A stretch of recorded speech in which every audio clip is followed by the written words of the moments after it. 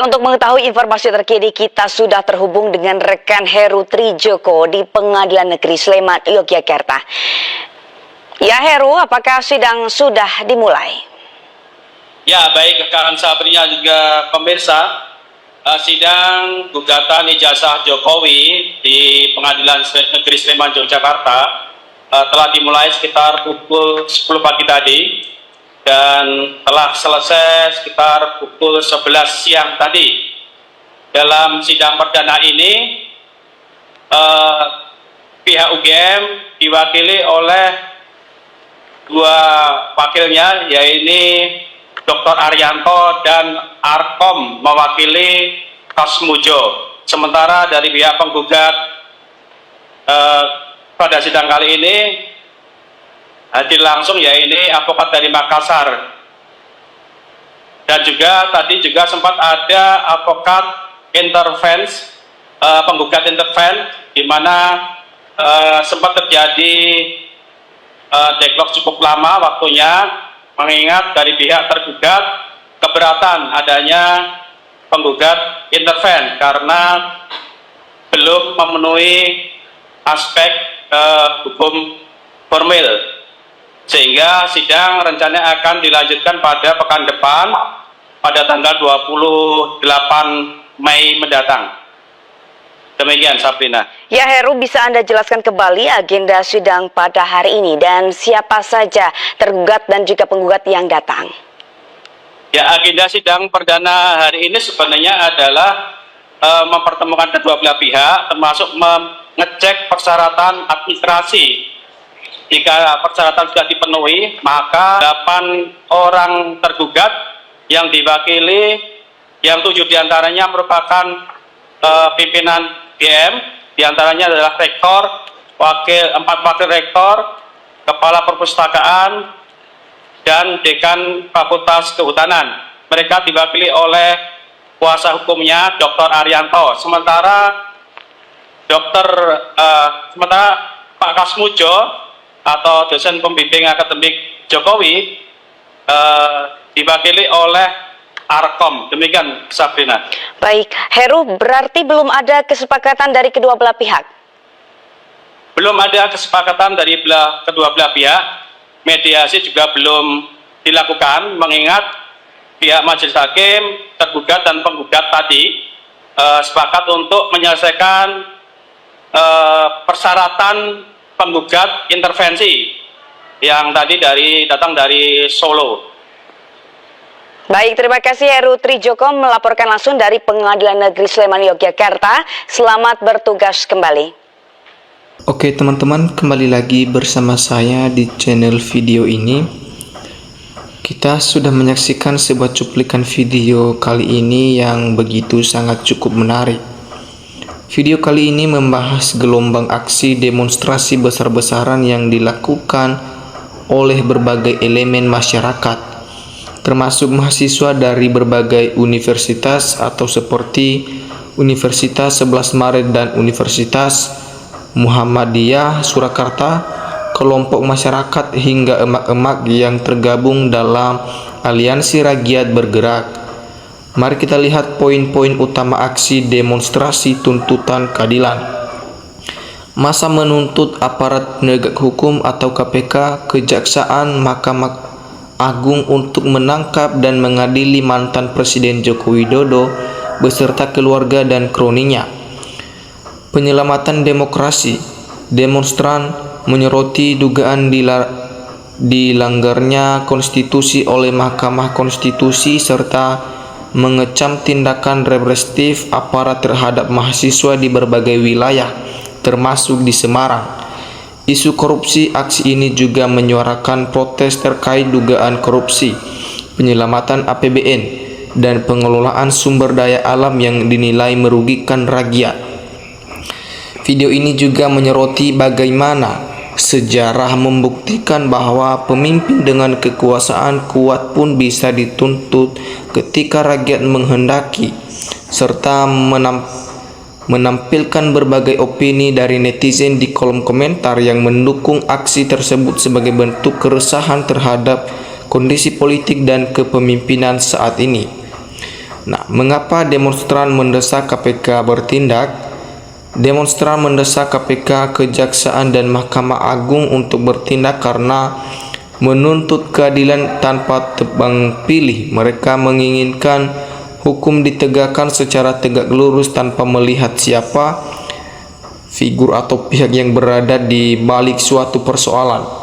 Selain itu, massa menuntut adanya tindakan progresif dari aparat penegak hukum terkait dugaan korupsi serta penyelamatan konstitusi dan demokrasi yang diduga telah dilangkahi demi kepentingan kekuasaan. Siapa saja yang ikut aksi demo tersebut? Aksi demonstrasi diikuti oleh berbagai elemen masyarakat yang tergabung dalam Aliansi Rakyat Bergerak, diantaranya pertama, mahasiswa terdiri dari berbagai universitas seperti Universitas 11 Maret atau UNS, Universitas Muhammadiyah Surakarta atau UMS, serta organisasi mahasiswa seperti PMI dan GMNI. Yang ketiga, kelompok masyarakat termasuk sekelompok ibu-ibu atau emak-emak yang juga turut serta dalam aksi tersebut. Para demonstran menanggapi isu politik dinasti dengan melakukan aksi demonstrasi besar-besaran yang menuntut agar mantan Presiden Joko Widodo beserta keluarga dan kroni-kroninya ditangkap dan diadili. Massa menilai bahwa selama 10 tahun berakhir, masyarakat telah dibohongi dan mereka menyuarakan perlawanan terhadap apa yang disebut sebagai rezim dinasti tersebut.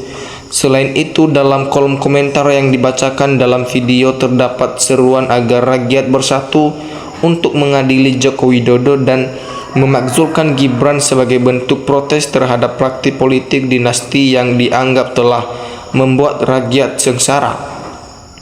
Apa simbol perlawanan massa di jalanan? Nah, simbol perlawanan massa ditampilkan melalui beberapa bentuk aksi dan atribut di antaranya.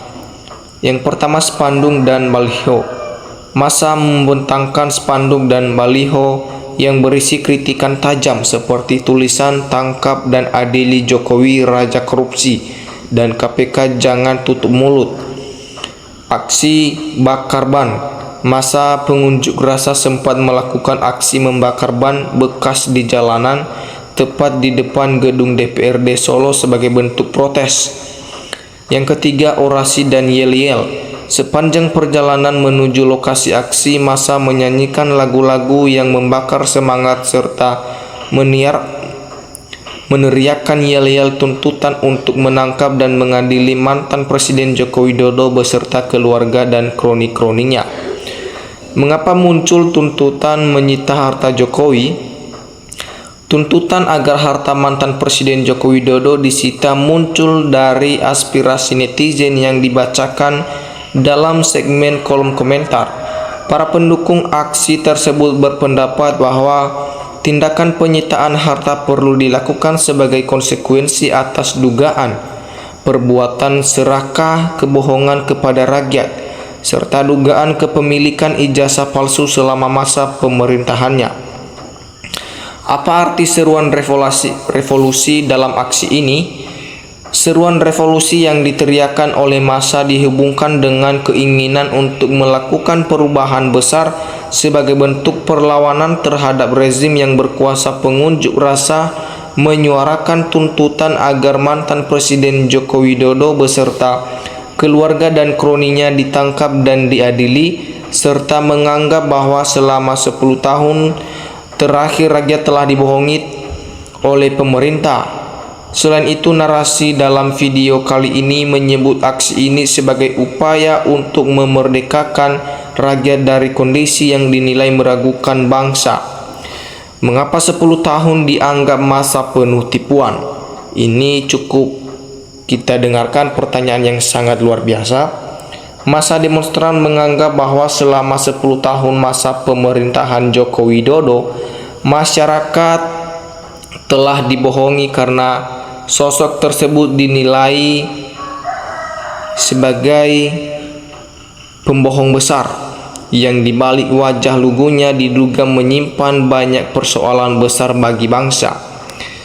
Selain itu, beberapa alasan yang mendasari anggapan tersebut meliputi: 1. Dugaan korupsi dan kebijakan.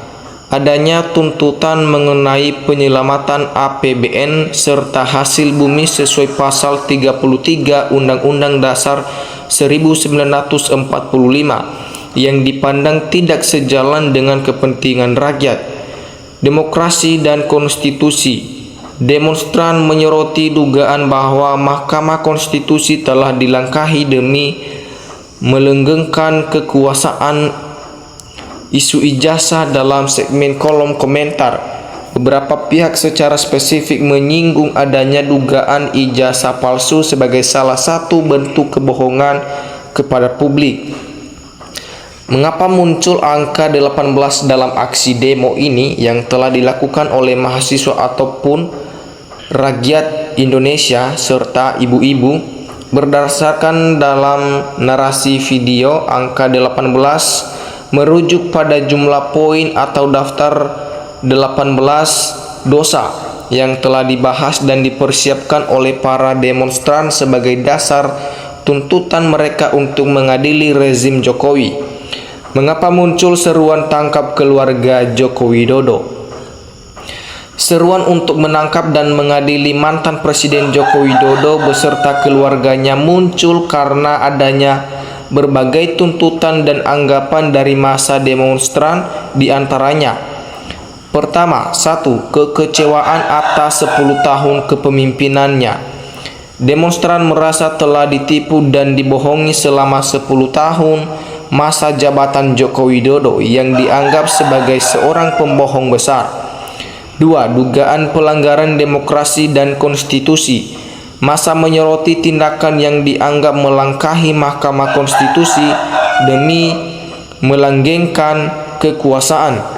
Tuntutan terkait dengan korupsi. Aksi ini juga dipicu oleh tuntutan mengenai penyelamatan APBN, Undang-Undang 1945 dan kekayaan negara sesuai pasal 33. Serta adanya desakan kepada penegak hukum untuk mengusut tuntas dugaan KKN.